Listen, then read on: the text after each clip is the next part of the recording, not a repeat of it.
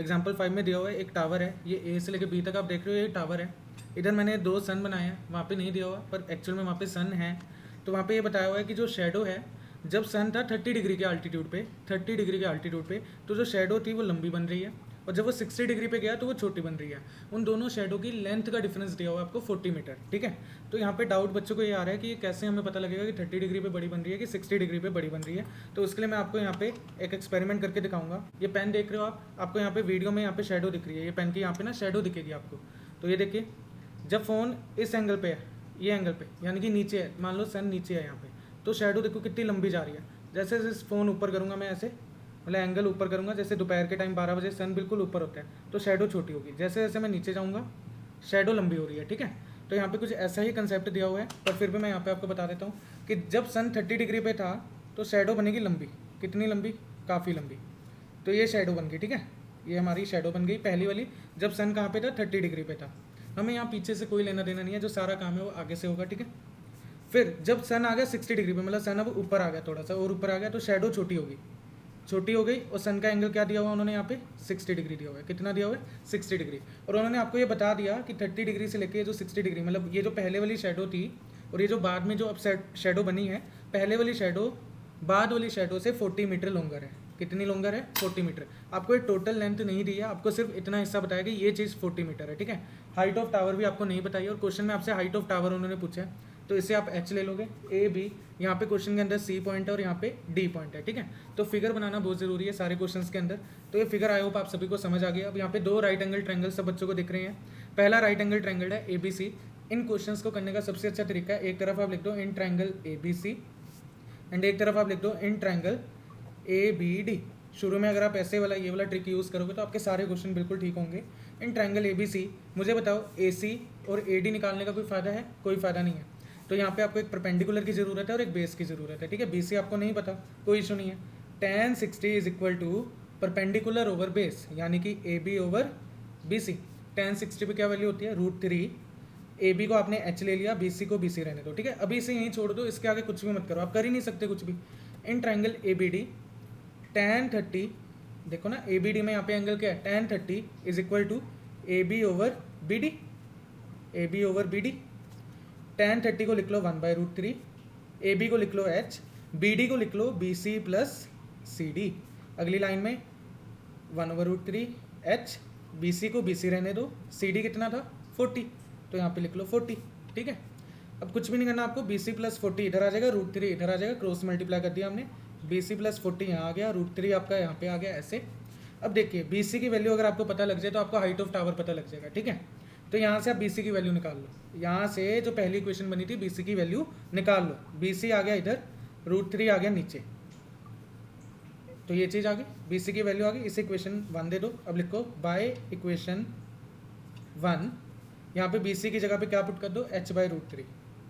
BC is equal to H/√3 है ना, bye equation 1। तो यहाँ पे लिखो H/√3 plus 40 is equal to √3H। यहाँ तक आ गया, 40 को यहीं पड़ा रहने दो और H/√3 को उधर ले जाके क्या कर दो, माइनस कर दो, तो 40 यहीं रह गया, √3H माइनस H/√3। एलसीएम ले लो दोनों साइड, 40 आ गया आपका, नीचे √3 एलसीएम आ गया, और यहाँ पे √3 इंटू √3 क्या होगा, 3H माइनस H, यानी कि 40 is equal to 2H over √3। √3 इधर ऊपर आ गया, 2 इधर नीचे आ गया, तो H की वैल्यू आपके पास आ गई 20√3। 20√3 आपके पास H की वैल्यू आ गई, और करके आप लिख लो H is equal to 20√3 meter. Meter लिखना बहुत ज़रूरी है। किसी को कोई डाउट यहाँ पे, फिर बता रहा हूँ, 2 यहाँ पे मल्टीप्लाई में था, इधर आके डिवाइड हुआ, √3 इधर डिवाइड में था, इधर आके मल्टीप्लाई हुआ, तो 2 जब डिवाइड हुआ तो 20 बन गया, √3 मल्टीप्लाई हुआ तो 20√3 बन गया। That is your H, height of tower आपको मिल गई। This is your answer. Example 6 में आपको 2 बिल्डिंगें दी हुई हैं, एक मल्टी स्टोरेड बिल्डिंग है, काफ़ी बड़ी बिल्डिंग है, और एक 8 मीटर टॉल बिल्डिंग है। अब आपको नहीं पता है मल्टी स्टोरेड बिल्डिंग लंबी थी या छोटी थी, पर क्वेश्चन रीड करते ही हमें पता लग गया, क्योंकि यहाँ पे इस क्वेश्चन में एंगल ऑफ डिप्रेशन दिया हुआ है। एंगल ऑफ डिप्रेशन का मतलब होता है बच्चों, मैंने लेक्चर 1 में बताया था आपको, जब लाइन ऑफ साइट से आपको अपनी मुंह अपनी गर्दन नीचे करनी पड़े, ऐसे नीचे झुक के देखना पड़े किसी चीज़ को, तब जो एंगल बनेगा हॉरिजॉन्टल के साथ, यानी कि ये पैरेलल लाइन के साथ, उसे आप बोलते हो एंगल ऑफ डिप्रेशन। अब आप समझ लो बच्चों कि आप खड़े हो इस ऊंची सी बिल्डिंग पे, समझ गए आप, काफ़ी ऊंची बिल्डिंग, आप यहाँ पे खड़े हो बिल्कुल टॉप पे, ये जो पी पॉइंट है, ठीक है। आपने अपने घर के सामने, अपने इस बिल्डिंग जहाँ पे आप खड़े हो, आपने एक बिल्डिंग देखी, एक बार उसकी छत देखी, एक बार उसका बॉटम देखा, मान लो छत पे भी आपका एक फ्रेंड खड़ा है, बॉटम पे भी आपका एक फ्रेंड खड़ा है। एक बार इसने हाई करी आपको तो आपने इसे देखा, फिर इसने हाई करी आपको, आपने इसे देखा। तो मुझे बताओ ये लाइन को अगर मैं ऐसे जोड़ूंगा तो ये लाइन बनेगी, और इस लाइन को इससे जोड़ूंगा तो ये लाइन बनेगी। बच्चों मुझे बताओ आपकी जो लाइन ऑफ साइट थी, ये हॉरिजॉन्टल लाइन थी, ये एंगल बड़ा होगा या फिर ये वाला बड़ा होगा, ये टोटल एंगल। तो देखो बच्चों, जब आपने यहाँ पे इस बच्चे को हाई करी जो ए पॉइंट पे है, उसके लिए आपने ज़्यादा नीचे देखा ऐसे करके, पर जब इस बच्चे को हाई करी तो उसके लिए आपने इतना नीचे नहीं देखा। तो ये छोटा वाला एंगल, ये बड़ा वाला एंगल, मतलब बड़ा वाला एंगल आपको दिया हुआ है इस क्वेश्चन में 45 डिग्री, और छोटा एंगल दिया हुआ है आपको 30 डिग्री। अब ये देखो, ये लाइन और ये लाइन पैरेलल है, तो ये देखो ये जेड बन गया। यहाँ पे क्या बन गया? जेड बन गया, यानी कि अल्टरनेट इंटीरियर एंगल। तो ये भी कितना आ जाएगा? 45 डिग्री। और ये देखो एक जेड ये बन गया, ये और ये, यहाँ से आया आप ऐसे गए और यहाँ, तो ये एंगल आ गया 30 डिग्री। ठीक है, दो ट्रायंगल आपको दिख रहे हैं। एक ट्रायंगल है PCA या APC, तो आप यहाँ पे लिख लो इन ट्रायंगल APC, और दूसरा ट्रायंगल क्या दिख रहा है? इन ट्रायंगल BPD। ठीक है, आपको ये दो ट्रायंगल दिख रहे हैं। उन्होंने क्वेश्चन आपसे क्या पूछा है? उन्होंने क्वेश्चन आपसे पूछा है find the height of the multi storeyed building and the distance between the two buildings. उन्होंने आपसे AC पूछा है कि दोनों बिल्डिंगों के बीच में कितनी दूरी है, और उन्होंने आपसे PC, ये जो पूरी बड़ी वाली बिल्डिंग है ना जिसकी छत पे आप खड़े थे, इसकी हाइट पूछी है। ठीक है, तो पहले in triangle APC tan 45 is equal to PC over AC। tan 45 1 होता है बच्चों, PC को PC रहने दो, AC को AC रहने देते हैं, या फिर हम लेट कर लेते हैं यहाँ पे PC को हम लेट कर लेते हैं H। क्या लेट कर लेते हैं? H, और AC को AC रहने दो। ठीक है, तो आपका जो AC है ये रह गया, 1 यहाँ आ गया, H यहाँ आ गया, AC, तो AC is equal to H। पहली चीज़ AC की वैल्यू कितनी? AC इधर आके मल्टीप्लाई हुआ ना, तो AC is equal to H। ऐसे in triangle BPD tan 30 is equal to PD over BD। ठीक है, tan 30 होता है 1/√3, PD हमको नहीं पता बच्चों, उसे PD रहने दो।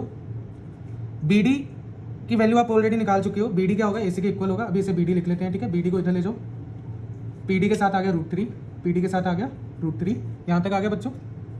अब AC और BD मुझे बताओ बराबर है कि नहीं है? AC और BD बराबर है कि नहीं है? बिल्कुल बराबर है। तो BD की जगह आप क्या लिख सकते हो? H by 1 by equation 1, BD is equal to H।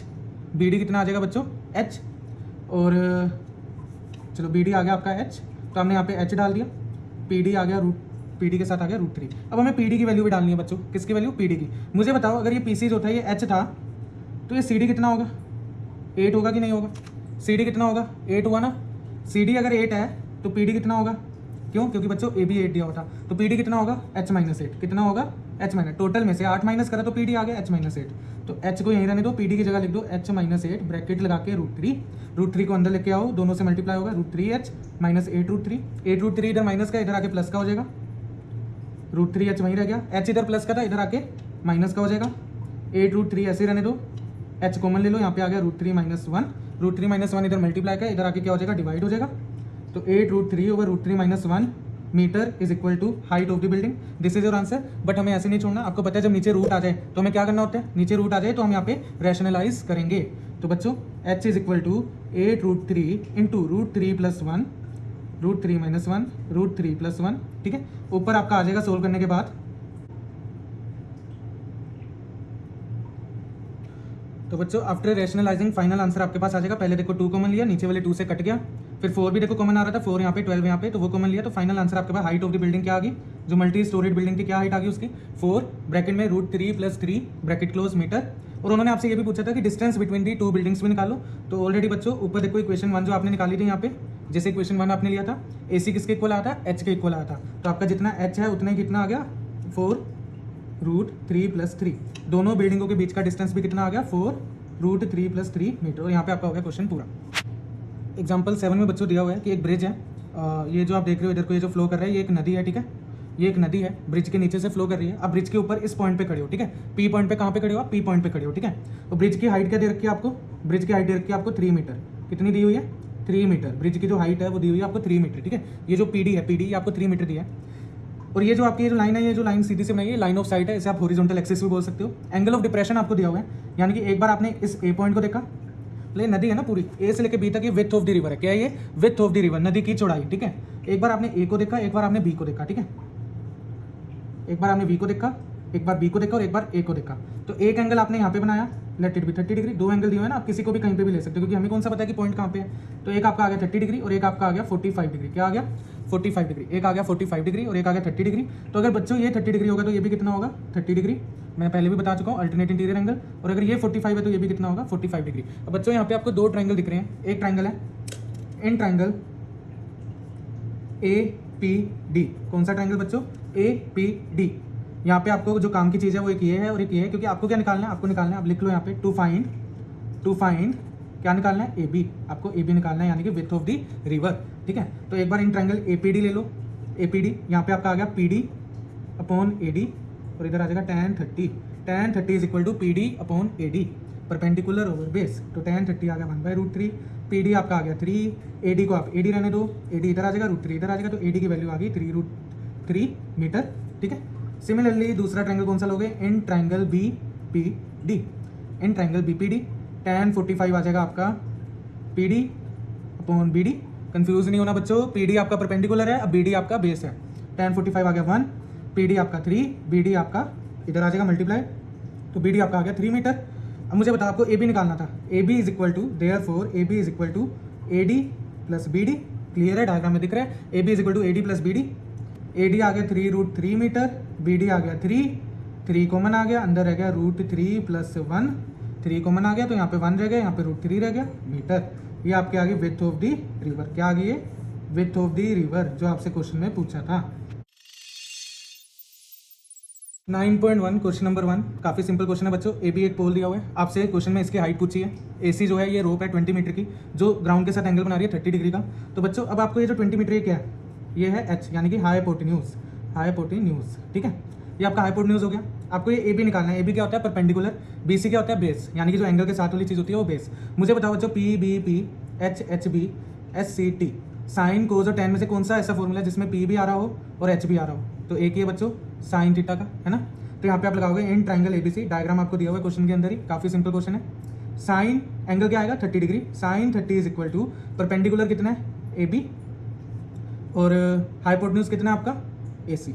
अगली लाइन में लिख लो साइन 30 होता है 1/2, AB कितना है H, AC कितना है 20 इधर आ गया, 2 नीचे रह गया, H आ गया आपका 10, हाइट ऑफ द पोल क्या आ गई 10 मीटर।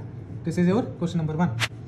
क्वेश्चन नंबर 2 बच्चों, एक ट्री है, AB एक ट्री है, तूफान आया, बिजली चमकी, ट्री टूट गया और टूट के क्या होगा, जो ऊपर वाला टुकड़ा था ऐसे जाके नीचे गिरा और वो ग्राउंड को ऐसे टच कर लिया, आपको एंगल दे दिया 30 डिग्री। ये जो AD था ना ये टूट के ऐसे आके गिरा है, ठीक है, और ये एंगल बन गया 30 डिग्री।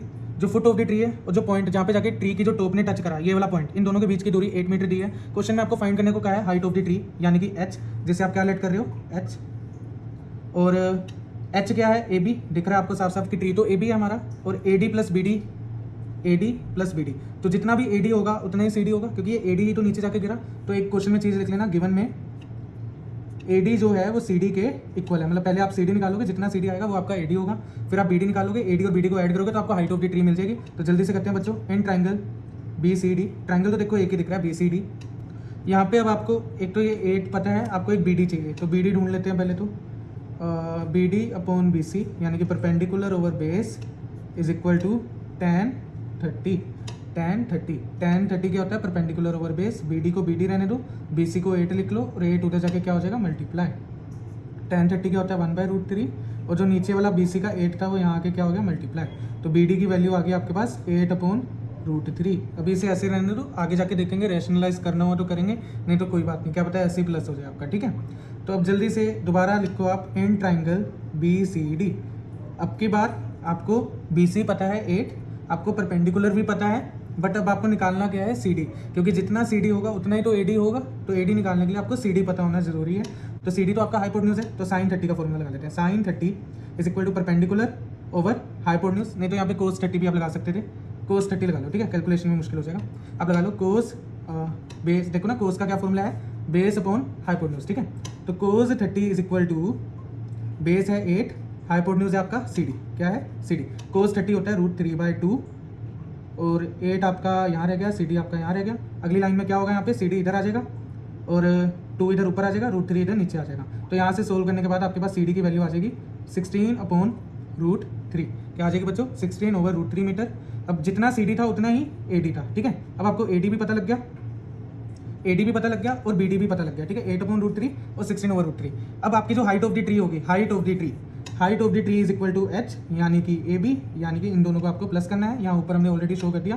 तो 8/√3 प्लस 16/√3, नीचे √3 है दोनों साइड, तो एलसीएम सेम आ गया, ये आ गया 24/√3। क्या आ गया ये 24/√3 मीटर। आपको क्या करना है, नीचे रूट आ गया तो रैशनलाइज करना पड़ेगा।